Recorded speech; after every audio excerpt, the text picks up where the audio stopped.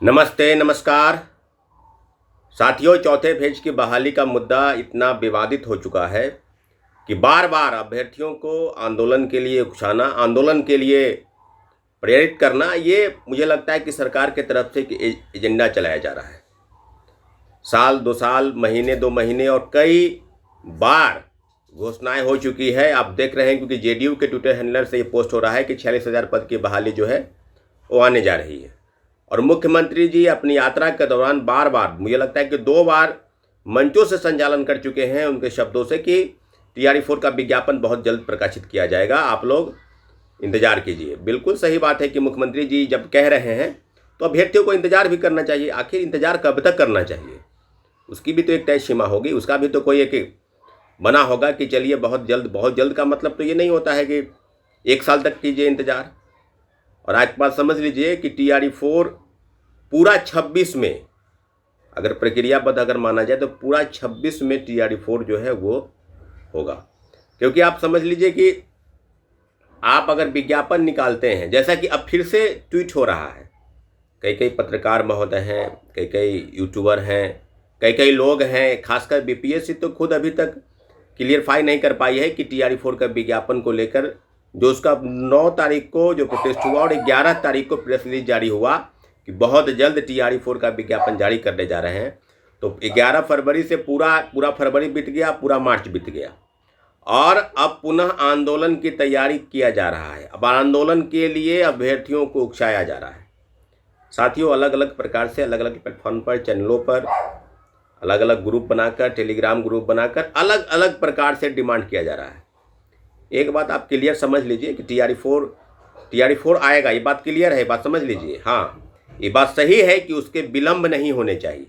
जब बीपीएससी कह रही है कि परीक्षाएं सितंबर में होगी तो फिर विज्ञापन भी जारी होगा। इसको लेकर भी अब एक तरह के प्रयोग हुए जिलों के लेकर, रोस्टर वाइज अलग अलग प्रकार से थे कि 3 जिलों के मांगे जाएंगे। अब ये पता चल रहा है कि 38 जिलों के रोस्टर जो है वो क्लियर हो गए हैं, तो 38 जिले में से चॉइस मांगे जाएंगे। यानी आप जिस जिले की चॉइस करेंगे, मेरिट वाइज जो बनेगा लिस्ट वो उसी जिले का बनेगा। अब ये पता चल रहा है कि 25% जो शिक्षक हैं वो जो उनको वेटेज मिलना चाहिए अनुभव के आधार पर, ये भी प्रावधान जो है टीआरई 4 में लागू होने जा रहा है। तो इतना प्रयोग टीआरई 1 से लेकर टीआरई 2 और टीआरई 3 तक नहीं हुआ। इतने तरह के संशोधन तीनों परीक्षा में नहीं हुए। लेकिन जितना भी प्रयोग और जितना भी देरी है, सब इसी बहाली में है। अब ये भी पता चल रहा है कि मुख्यमंत्री जी 10 अप्रैल तक मुख्यमंत्री नहीं रहेंगे, नए मुख्यमंत्री बनेंगे, नए सरकार का गठन होगा। सारी चीज़ें अब यहीं पर है, क्योंकि आप जानते हैं कि राजनीतिक और भौगोलिक वातावरण बिहार का अलग हो चुका है। अब बिहार में नए तरीके से सत्ता परिवर्तन होने जा रहा है। सत्ता की बागडोर किसी एक व्यक्ति के हाथ में जो विगत थी, अब किसी दूसरे व्यक्ति के हाथ में जा रहा है। ये भी काफ़ी अफसोस और काफ़ी निराशाजनक है बिहार के अभ्यर्थियों के लिए। ये बात भी बिल्कुल आप समझ लीजिए, गांठ बांध लीजिए। नौकरी कर रहे, आवेदन कर रहे हैं, सरकारी नौकरी की तैयारी कर रहे बिहार के सारे अभ्यर्थियों के लिए ये बिल्कुल एक तरह से आघात है कि बिहार के मुख्यमंत्री नीतीश कुमार जी अब बिहार के सीएम नहीं रहेंगे। आप भली भांति इसको गांठ बांध लीजिए। रहा सवाल, कई अभ्यर्थी हैं जो अलग अलग प्रकार से बात बता रहे थे कि STT 25 का भी खूब विरोध हुआ था। वही लोग जो लोग बार बार एक ही चीज़ का एक ही नारा, क्योंकि एक ही सवाल है, एक ही मुद्दा है बिहार में, वो है टीआरई 4। और तो कोई मुद्दा है नहीं। हर 2 साल में एक ही मुद्दा अभी तक आया है कि टीआरई 4। और टीआरई 4 का मुद्दा ऐसा बना कि दूसरा जिस मुद्दे का विरोध किया वो तो आ गया, लेकिन टीआरई 4 नहीं आया।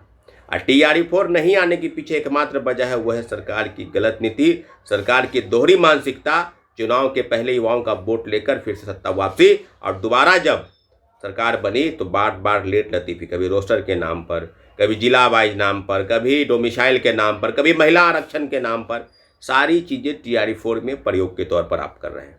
यानी बदलाव पर बदलाव, संशोधन पर संशोधन, यही मकसद है टीआरई 4 को लटकाने का, यही मकसद है बार बार अभ्यर्थियों को सड़क पर लाने का। साथियों, अलग अलग प्रकार से अभ्यर्थी डिमांड कर रहे हैं। और अभ्यर्थी डिमांड किससे करेंगे? आप समझिए ना, किससे करेंगे? अभ्यर्थी डिमांड करेंगे सरकार से, अभ्यर्थी डिमांड करेंगे बनाई हुई व्यवस्था से, अभ्यर्थी डिमांड करेंगे शिक्षा विभाग से अभ्यर्थी डिमांड करेंगे अपनी जो व्यवस्था बनी है और जिस व्यवस्था के तहत लोकतांत्रिक अधिकार के तहत आपको प्रदर्शन करना है, उसके तहत आपको जाना है। तो फिर STET 24, STET 25, BEd, DLEd, CTET, BEd, ये सब बिहार का मुद्दा नहीं है। मुद्दा तो एक ही है।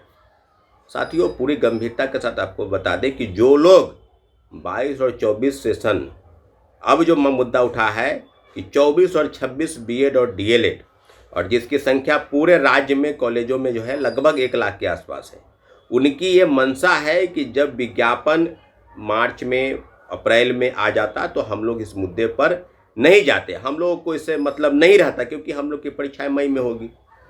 जब सितंबर महीने में परीक्षा होगी तो फिर क्यों नहीं हमको TRE 4 में शामिल किया जाए।